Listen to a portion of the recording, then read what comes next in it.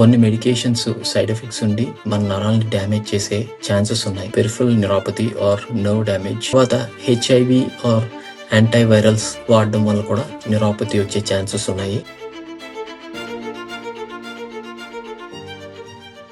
Hello అండి, welcome back. నేను doctor Appaji Rayani. ఈరోజు మనం డిస్కస్ చేసుకోబోయే topic peripheral neuropathy or nerve damage secondary to medication use. So ఏ మెడికేషన్స్ వల్ల మనకు నరాల సమస్యలు డ్యామేజ్ జరుగుతుందో దాని గురించి ఈరోజు డిస్కస్ చేసుకుందాం. కొన్ని మెడికేషన్స్ మనం ఏవైతే వాడతామో చాలా అనారోగ్యాన్ని ట్రీట్ చేస్తూ ఉంటాయి. కొన్ని మెడికేషన్స్ సైడ్ ఎఫెక్ట్స్ ఉండి మన నరాల్ని డ్యామేజ్ చేసే ఛాన్సెస్ ఉన్నాయి. సో దాని గురించి తెలుసుకోవడం అనేది చాలా ఇంపార్టెంట్.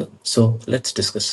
పెరిఫరల్ న్యూరోపతి అంటే మన బాడీలో బ్రెయిన్ వెన్నుపూస కాకుండా బయటకు వచ్చిన నరాలు డ్యామేజ్ పెరిఫరల్ న్యూరోపతి అంటాము. ఇది యూజువల్ గా చేతుల్లో కాళ్ళలో ఉన్న నరాలని డ్యామేజ్ చేసి తిమ్మిరి, లేకపోతే మంటగా ఉన్నట్టు, లేకపోతే నంబుగా ఉన్నట్టు, లేదా వీక్నెస్ కాజ్ చేయొచ్చు. దాన్ని పెరిఫరల్ న్యూరోపతి అంటాం అనమాట. సో యూజువల్ గా చాలా క్లాసెస్ ఆఫ్ మెడికేషన్స్ ఉన్నాయి. First and foremost chemotherapy agents. So cancer కి వాడే మెడికేషన్స్, అది ప్లాటినం డ్రగ్స్ అంటాము.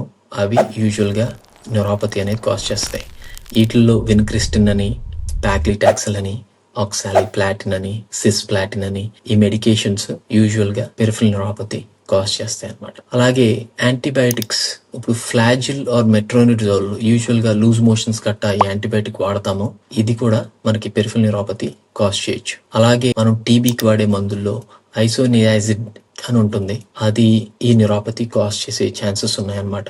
లినజోలిడ్ అనే యాంటీబయాటిక్ కూడా పెరిఫరల్ న్యూరోపతి కాజ్ చేస్తుంది. సో ఇవి డైరెక్ట్ గా నరాలని డ్యామేజ్ చేసి న్యూరోపతి కాజ్ చేయొచ్చు, లేదా ఆ నర్వ్ కావాల్సిన విటమిన్స్ ని తగ్గించి న్యూరోపతి కాజ్ చేస్తాయి అనమాట. అలాగే సీజర్స్ వాడే మెడికేషన్ ఫెనిటాయిన్ అని చెప్పేసి ఉంటుంది, ఆ మెడికేషన్ కూడా న్యూరోపతి కాజ్ చేస్తుంది. సైకియాట్రిక్ కండిషన్స్ ఉండి లిథియం వాడుతుంటే కనుక ఇవి లాంగ్ టర్మ్ లో వాడినప్పుడు న్యూరోపతి కాజ్ చేసే ఛాన్సెస్ ఉన్నాయి. అలాగే హార్ట్ మెడికేషన్స్, మనకి కొలెస్ట్రాల్ తగ్గించే మెడికేషన్స్ స్టాటిన్స్ అని ఉంటాయి, ఒక క్లాస్ ఆఫ్ మెడికేషన్స్.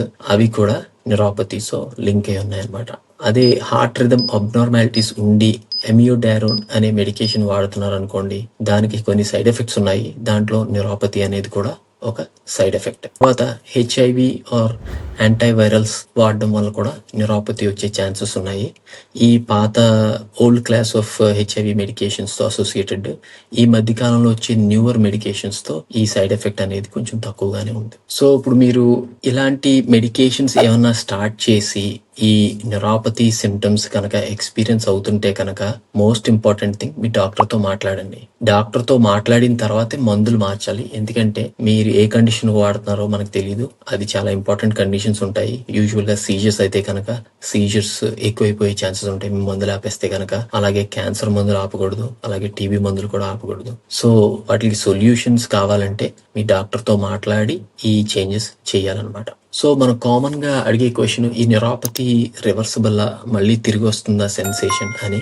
యూజువల్ గా తిరిగి వస్తుంది. ఎప్పుడంటే మనం ఈ మందులు వెంటనే ఇవే కాజ్ చేస్తుంది న్యూరోపతి అని చెప్పేసి ఆ మందుల్ని ఆపేస్తే కనుక, లేదా ఆ మోతాదు కనుక తగ్గిస్తే కనుక ఈ సిమ్టమ్స్ పోయే ఛాన్సెస్ ఉన్నాయి. అలాగే కొన్ని మోడిఫికేషన్స్ చేయాలి, లైక్ వైటమిన్ B12 సప్లిమెంట్ చేసుకోవాలి, ఫిజియోథెరపీ చేసుకోవాలి. అలాగే ఈ నరాల నొప్పులు ఏమన్నా ఉండి మంటగా ఉన్నాయి అంటే కనుక ఈ నరాలను కొంచెం స్థిమితంగా చేసే మందులు లైక్ ప్రిగాబలిన్, గాబాపెంటిన్ అలాంటివి వాడితే కూడా మంచి సిమ్టమ్ రిలీఫ్ ఉంటుంది. అలాగే ఇప్పుడు డయాబెటిక్ అయితే కనుక షుగర్ కంట్రోల్ బాగా పెట్టుకోవాలి. ప్రతి మెడికేషన్ కి సైడ్ ఎఫెక్ట్ అనేది ఉంటుంది. సో ఈ ఇప్పుడు మెన్షన్ చేసిన మెడికేషన్స్ యూజువల్ గా న్యూరోపతి సిమ్టమ్ వస్తుంది, కానీ అందరిలోని ఈ న్యూరోపతి రాకపోవచ్చు. సో ఈ సిమ్టమ్స్ తెలుసుకుని ఒక ఐడియా ఉంటే కనుక ఈ సిమ్టమ్స్ రాగానే మనం యాక్ట్ చేసి డాక్టర్ని సంప్రదించి మనం అవి మార్చగలిగితే ఈ న్యూరోపతి సిమ్టమ్స్ అనేవి రివర్స్ చేసుకోవచ్చు. ఈ ఇన్ఫర్మేషన్ కనుక మీకు ఉపయోగపడితే కనుక ఫ్రెండ్స్, ఫ్యామిలీ అని ఎవరైనా ఈ లాంగ్ స్టాండింగ్ మెడికేషన్స్ వాడుతున్న వాళ్ళు ఎవరైనా ఉంటే కనుక వాళ్ళకి ఫార్వర్డ్ చేసి షేర్ చేయండి. Until next time, take care.